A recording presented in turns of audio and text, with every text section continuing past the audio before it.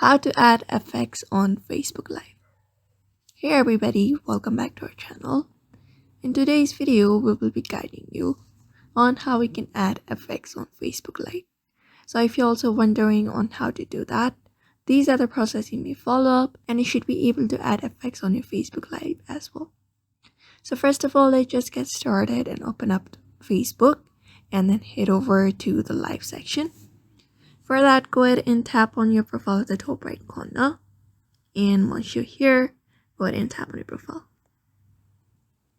Once you're in your profile, you can just go ahead and tap on live and get live with your account. So once you're here, you can go ahead and tap on this go live section.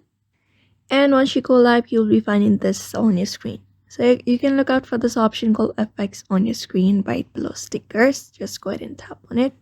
And once you tap on it, you'll be finding all of the filters available. So you can just go ahead and choose up the filter that you like in your live, and you can just stay live with that filters or effects available. So that is it. That is how you can add effects on your Facebook Live as well, following up this method for now. So therefore, I hope this video was helpful to you, and thank you for watching this video.